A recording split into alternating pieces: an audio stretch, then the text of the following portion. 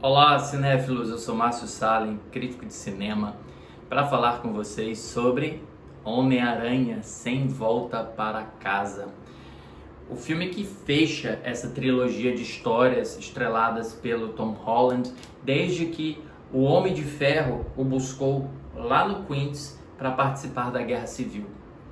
Na realidade, eu preciso começar esse vídeo avisando para vocês que em determinado momento haverá spoilers, então quando eu começar a contar um pouco mais sobre a estrutura do filme, eu aviso para vocês, tá bom? Por enquanto eu vou estar falando mais superficialmente. E o que eu tenho para falar superficialmente que não entre nesse território de spoilers é sobre como essa trilogia ela é um fechamento muito agradável, muito bem-vindo também, dessa fase da Marvel mais realista, mais racional, que acabou levando o Homem-Aranha para ser um herói que ele não é a princípio. É que este Homem-Aranha, ele teve algumas figuras na sua trajetória que foram uma espécie de tio Ben. E uma delas é o Robert Downey Jr., que tentou dotar o Homem-Aranha de uma armadura tal como a sua, com que ele pudesse, portanto, exercer o seu superpoder. Isso afasta o Homem-Aranha das suas raízes das histórias em quadrinhos, aproxima o Homem-Aranha mais dessa tentativa que a Marvel teve nessas suas primeiras fases de tentar trazer um ar de mais racionalidade, de tentar explicar mais como fenômenos físicos, como fenômenos científicos, aquilo que acontecia com seus super-heróis. Então, essa terceira parte da trilogia é como se fosse uma despedida do Homem-Aranha desta versão meio Homem de Ferro e um reencontro deste Homem-Aranha mais clássico, esse Homem-Aranha das histórias em quadrinhos, este Homem-Aranha que já foi tema de duas iterações no cinema, uma estrelada pelo Tobey e outra estrelada pelo Andrew. Então você percebe que é um adeus para este Homem-Aranha que ficou.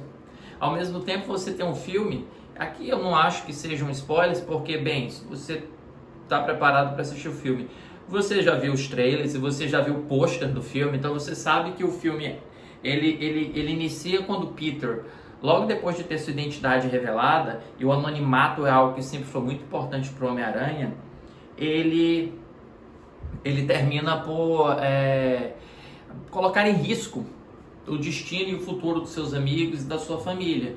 O que ele faz? Ele pede ajuda ao Doutor Estranho para que o Doutor Estranho, portanto, lance um feitiço para que faça as pessoas esquecerem que ele é o Homem-Aranha. Isso provoca uma série de confusões, e eu vou usar o termo confusão com uma forma inteligente, já que o filme é narrado de uma perspectiva adolescente. Já eu explico. Uma série de confusões que vão alterar o funcionamento do multiverso. Então, todos aqueles vilões clássicos do Homem-Aranha, o Duende Verde, o Dr. Octopus, o Homem-Areia, o Electro, o Lagarto, eles começam a surgir nessa interação.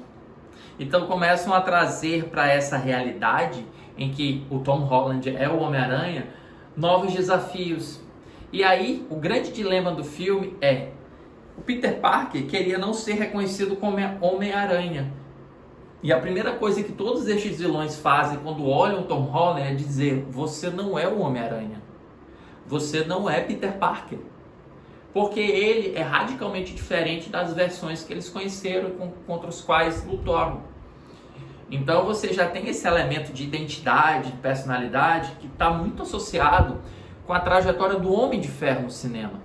Se você bem se recorda, o final de Homem de Ferro 1, ele concluía de uma forma arrebatadora, em que você abre mão da identidade secreta em prol do seu narcisismo. Eu sou o Homem de Ferro. Ao passo que o Homem-Aranha, diferentemente desse personagem que acabou virando seu padrinho nessas histórias, um padrinho mesmo pós-mortem, né, uma influência existente na sua trajetória, o Homem-Aranha só quer ser anônimo. Se o Homem de Ferro buscava popularidade, o Homem-Aranha busca o anonimato. É interessante que essa trilogia, ela então encontra-se como uma resposta à trilogia do Homem de Ferro, que é justamente essa resposta de dizer: eu não quero ser reconhecido como um herói, eu quero agir como um herói. Então a identidade se torna algo muito importante para ser discutido dentro dessa narrativa também. E como eu falei para vocês, por que confusões?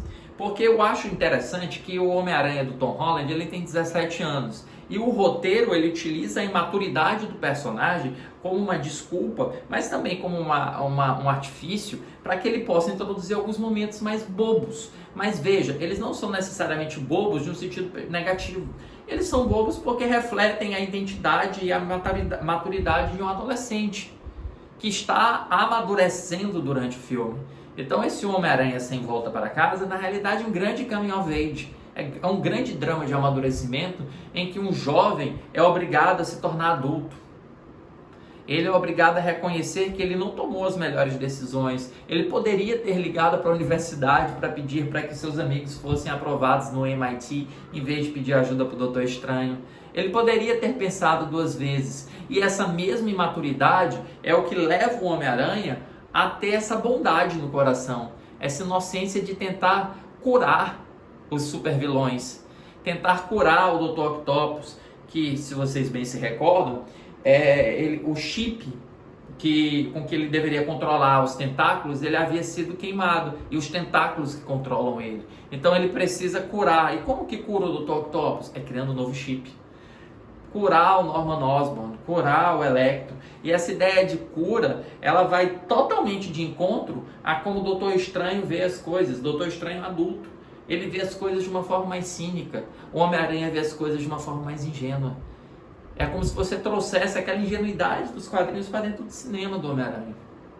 E finalmente fizeram nessa trilogia um filme que ele consegue se sustentar com seus próprios esforços, sem estar à sombra dos Vingadores, nem sem estar à sombra do Homem de Ferro. Ele está à sombra do seu próprio legado. Ele está à sombra da sua própria história no cinema, como uma história que nos proporcionou diversos encontros com o Homem-Aranha, com diversos vilões diferentes do Homem-Aranha. Então você está homenageando tudo isso que o cinema fez. Você está olhando para trás, você está reconhecendo os acertos dos filmes. Você também reconhece seus erros. Veja que em nenhum momento o Octopus ele é alterado como visual, porque o visual já veio do filme original. Já o Duende Verde, ele já rejeita um certo aspecto do personagem, e você cria uma nova versão dele por causa dessa rejeição que se insere muito bem dentro da narrativa. O Electro, você tem também uma alteração, mas o Homem-Aranha não. Então quando você tem um filme que olha para o passado e diz o que funcionou, eu não vou mexer, você já sabe que você está na companhia de um bom filme. E eu talvez agora vá começar a falar muitos spoilers. Então se você não viu ainda Homem-Aranha, eu gosto muito. Eu já adianto que minha nota para o filme é 4 estrelas. Se você chegou até aqui, inscreva-se no canal, curta, compartilhe com os amigos, comente abaixo o que você achou sobre o Homem-Aranha, sem spoilers de preferência. E agora eu vou entrar no território minado, território dos spoilers. E o que tem de Homem-Aranha de spoiler para eu possa contar?